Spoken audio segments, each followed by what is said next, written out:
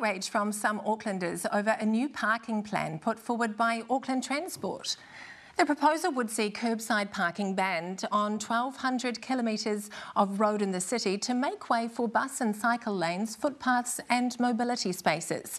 It hasn't gone down well with business owners who would lose parking for customers outside their premises. It'll just make it impossible, and these zealots with their cycle lanes. I'm a cyclist as well, but there's no need for this.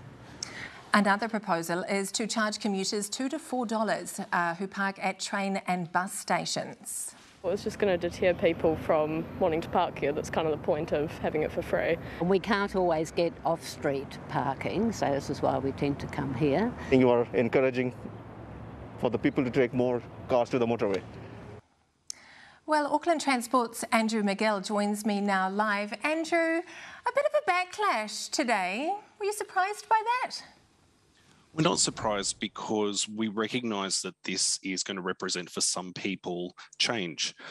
People have become used to the way that they travel, and the situation is, however, that change is necessary to account for the enormous growth that our region is having.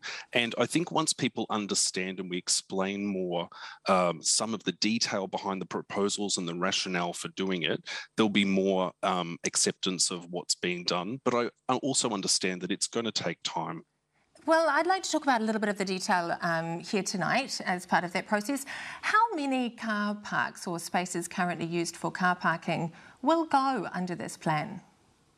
At this point, it's too early to say. The way that we're planning it is that around 16% of the roads in Auckland are part of what we call the strategic transport network, and they're the most important links for people to move around, for people and goods to move around. And those are the roads where we're targeting for repurposing those parking lanes to become movement lanes of various types when we have a project that comes along. We're not planning to just take out car parking, but over the next decade, whenever we have a project coming along on a key road, like on New North Road at the moment, we want to be able to look at the parking lane and say, do we really need that? Or is it better serving the people of Auckland to turn that into a bus lane, for instance?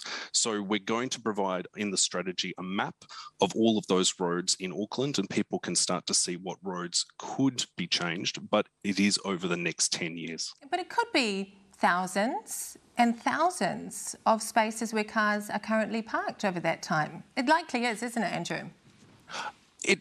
It could be, yeah, absolutely. But I think in terms of the quantum of actual car parking spaces, we have about 600,000 car parking spaces on the streets of Auckland.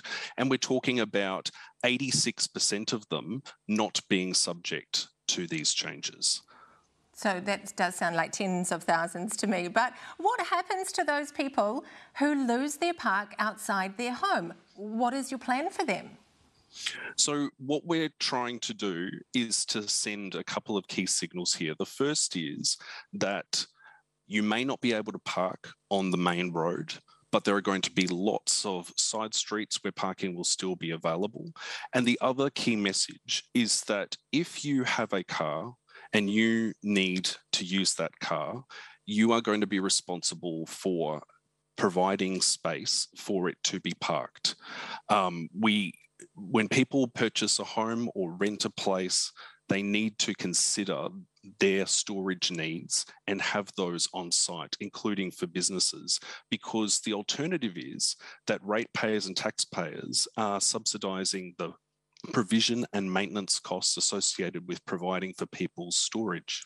So there will be tens of thousands of people, perhaps more than that, already in Auckland who haven't been able to make that consideration and having this plan put upon them. You're essentially trying to force people onto public transport, those people, aren't you? Well, what we're trying to do is we're targeting very specific areas across the region, places like Newmarket, where we know there's an awful lot of people, an awful lot of demand, a very limited space, and we have to make decisions that provide the greatest benefit for the greatest number of Aucklanders.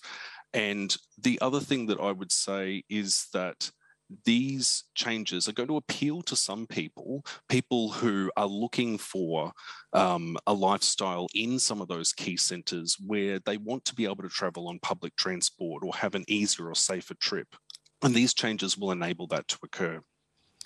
The other thing that people seem to be incensed about is the prospect of paying $2 to $4 a day for park and rides. You know, that is a significant amount of money for some people, some families, particularly if they have 2 cars, could be up to sort of $80 a month, perhaps more. Is that fair and reasonable, or aren't we just then punishing the people who are already doing their bit to reduce congestion? Yeah, I understand that argument, and we are hearing that. I think there's a couple of things to say about that. The first is, look, we've seen paid park and ride work in Auckland. Matiatia on Waiheke has been using paid park and ride for years, and the park and ride is hugely successful. We charge $6 a day for that park and ride, which is more than we're planning to charge, and people come in such high numbers that we've built a spillover extra car parking facility. So it's not going to discourage people from using it. But we also have to recognise that park and ride's sole purpose is to provide access to train and bus and ferry stations for people who have no other option, and too many people are using them who have other options available, and we need to make sure that they are available for people who don't have that option, and we think that putting a price will assist with doing that. Andrew McGill is probably going to be quite an interesting couple of weeks ahead in this consultation for you. Thanks for joining us here this evening. Good to be with you.